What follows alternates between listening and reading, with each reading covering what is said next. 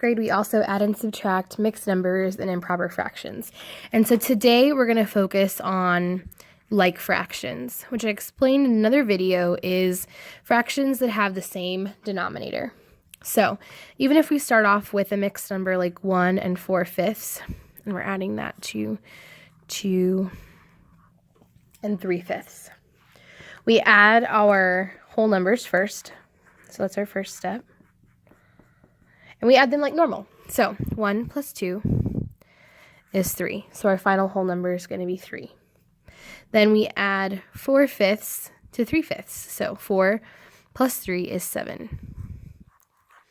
So 3 7/5. Now, this is a combined improper fraction inside of our mixed number. So we talked about how you can turn an improper fraction into a mixed number. So if we draw out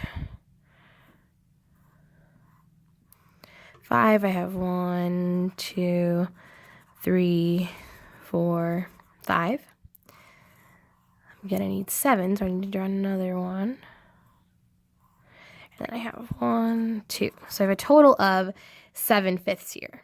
1, 2, 3, 4, 5, 6, 7. Because each little one of these little pieces is 1/5, and I have 7 of them. But I also have 1 whole, and then 2/5 left over. So 1 2/5 is equal to 7/5. So I need to add my 3 plus my 1 2/5. Start the process over. 1 plus 3 is 4. So 4 2/5 is my final answer to my original problem. Not all of them require turning mixed numbers into improper fractions and back and forth. So then our second step would be to add our fractions. And we're only going to add the numerator. And then, of course, our third step would be to keep the denominator the same. So let's try an easier one. 2 1/3 plus 5 1/3. So we're going to add our whole numbers first. You can pause the video and try it yourself. Okay, so we're going to add our whole numbers first. 2 plus 5 is 7. And then we're going to add our fractions, just the numerator. 1 plus 1 is 2. And then we're going to keep the denominator the same. So 7 2/3.